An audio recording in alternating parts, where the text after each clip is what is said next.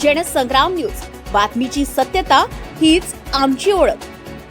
रक्षक बनले कर्मचाऱ्यांचे भक्षक. स्वर्गीय बापूराव देशमुख अभियांत्रिकी महाविद्यालय सेवाग्राम येथील कर्मचाऱ्यांचे तब्बल 67 महिन्यांचे वेतन थकीत असल्यानं कर्मचाऱ्यांचा संताप आता टोकाला पोहोचलाय. वेतनासाठी कर्मचाऱ्यांनी न्यायालयाची दाद मागितली होती. 2019 मध्ये न्यायालयाने पगार देण्याचे आदेश दिले, मात्र काही दिवसाचं वेतन देऊन पुन्हा परिस्थिती जैसे थे झाली आहे. काम करायचं मग जगायचं कसं, असा सवाल करत कर्मचाऱ्यांनी संस्थेत समीर देशमुख आणि माजी आमदार सुरेश देशमुख यांच्या घरासमोर ठिय्या आंदोलन सुरू केलं. मात्र दोघंही घरी उपस्थित नसल्याने मुंडन आंदोलन केलं.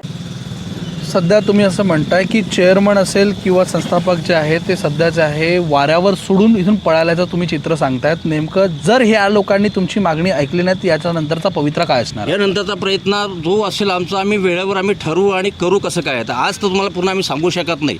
त्या निषेधार्थ आम्ही काही लोकांनी मुंडनसुद्धा केलेलं आहे, परंतु काय त्यांना काही जाग येत नाही. प्राचार्य साहेबाशी जेव्हा कधी आम्ही चर्चा करतो आहे तर प्राचार्य साहेब म्हणते की माझ्याकडे काहीच नाही, मी वारंवार बोललो आहे, चेअरमन माझे ऐकायला तयार नाही. मग आम्ही न्याय मागायला जायचं कुठे? त्यासाठी आम्ही अध्यक्ष साहेब यांच्या घरी आम्ही ठिय्यातून बसलेलो आहेत. आम्ही बसलो म्हणजे कसं वाऱ्यावर टाकून नाही बसलो आहे. मी आमची ड्युटीच्या टाईमला जाऊन थंब मारून येतो आणि परत तिथून 5 वाजता थंब मारून आमच्या घरी आम्ही जातो आहे. ही आमची आज व्यथा झालेली आहे. आज सांगा साहेब, 67 महिन्याचा पगार शिल्लक असताना आमची 1 महिन्याची डिमांड जर मागच्या महिन्यापासून पूर्ण होत नसेल आणि आज हा ऑगस्ट महिनाही हा संपाष्ट होऊन राहिलेला आहे, आम्ही पैसे मागून घर प्रवास चालवावं कसं आमच्याला हे सांगा तुम्ही.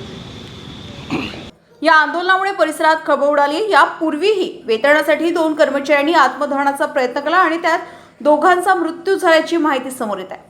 67 महिन्यांचा थकीत पगार कधी मिळणार? कर्मचाऱ्यांच्या संसाराची जबाबदारी कोण घेणार? असा संतप्त सवाल कर्मचाऱ्यांकडून उपस्थित केला जात आहे. रक्षकच भक्षक बनले का? कर्मचाऱ्यांना न्याय कधी मिळणार याकडे आता सर्वांचं लक्ष लागलं.